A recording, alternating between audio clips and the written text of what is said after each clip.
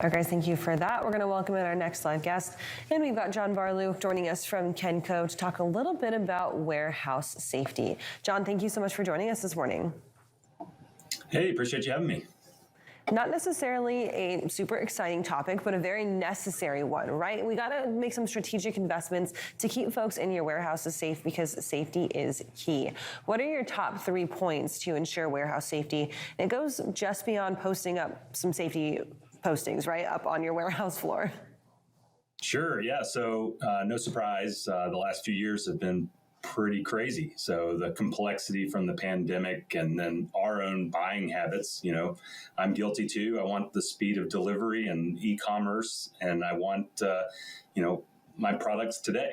So all of those factors, along with talent shortages, the job market being crazy, we really need to focus heavily on our safety cultures at our sites.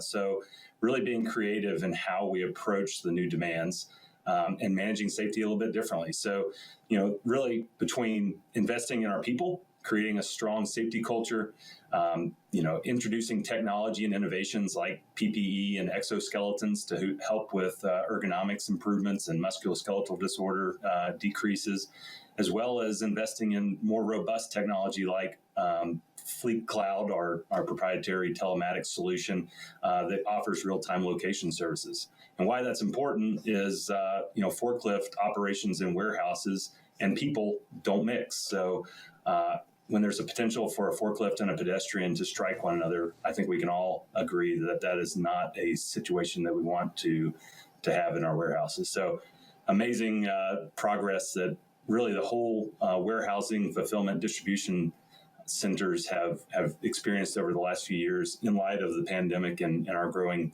complexity that we all demand as consumers. Talking about exoskeletons, it looks super fascinating. Are we talking about the very large ones like we see in Ridley Scott's Alien, or is this something where more functional ones so I don't pull my back out? Yeah, so the technology is still evolving. I mean, there are some out there that are they're kind of large and intrusive. However, it's a huge demand from all of us in the warehousing logistics space. So we are really challenging these engineers and innovators to create more advanced products. We're trialing one here in our innovation lab in particular that's, really comfortable to wear. It's not intrusive. It's fairly, appropriately sized, and it's gender specific too. So depending on your body shape, you have a solution that prevents those lower back injuries, transfers to larger muscle groups so that, our industrial athletes in the warehouses can safely move our products every day. I love that term industrial athlete, right? Because at the end of the day, you're talking about a warehouse worker who, of course, has to have very physical ability. You're working a very physically demanding job. I think that it's fascinating and very much needed that you guys at Kenco are taking this approach to be kind of proactive about injury prevention instead of asking, okay, well, you got hurt on the job. Now, how can we adjust your job to keep you working with your injury, right? It's about keeping your people healthy and taking care of them on the front side so they don't get injured. How has this helped you guys kind of look at warehouse retention and job retention? We see a lot of growth in job numbers and hiring when it comes to getting people into these warehousing jobs. But if you're getting into a place like Kenco and their innovation lab where things are working really well, you're being taken care of, I'm sure that makes hiring and retention super, super easy. Yeah, absolutely. Safety is a core principle for us here at Kenco. So at the moment they come on to one of our job sites or in our fleet or in a warehouse, they're approached with a strong safety presence, and they're asked to commit to a very robust safety and health philosophy. And really, the shifting in how we measure safety success has really been kind of a renaissance over the last few years, where we're not just looking at our incident rates or the absence of injury as our measure of success. Rather, we're shifting to a more I'd say more progressive paradigm shift in that we're looking at how associates, employees, drivers, contribute to that safety success through, proactive engagement activities. It could be, just developing a strong safety mindset so that weather conditions out on the road, or we just talked about congestion in some of these big cities, how we can manage that stress, how we can manage those internal and external factors in our organization out on the roads so that we make wise and reliable decisions.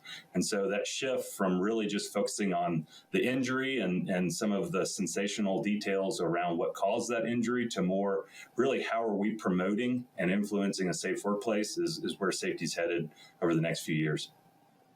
And diving into telematics as well as optimization, software for visibility platforms, is that something where a lot of times telematics is good for the optimizing the loading and unloading of vehicles, or are these telematics and stuff good from a safety component as well, as in like so I don't get hit by like a forklift or something? What are some of the ways technology is helping? Well, obviously, being in safety and leading this organization, I focus heavily on what we call high potential events, or what we described as a forklift contact. But yeah, it does work to improve your fleet efficiency as well as maintenance. So the technology built into some of the telematics software is predictive in that it tells you exactly when a maintenance service is needed or how the forklift's being driven. It could be temperature of the forklift to extend your fleet life.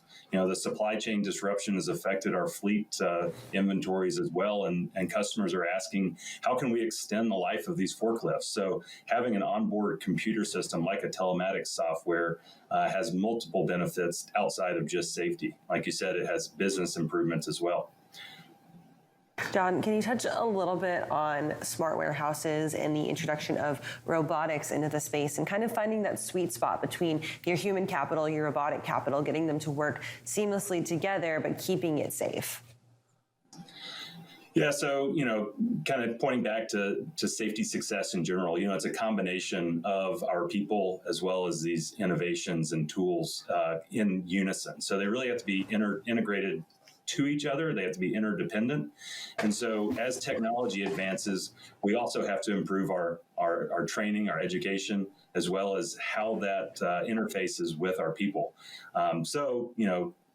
It's kind of a two-lane highway that's running in parallel that we're constantly trying to keep progress at an equilibrium. So without a doubt, safety professionals in particular, operations leaders have to stay up to date on what the newest technology is and how that affects not only operations, but safety in general. And closing thoughts here as well.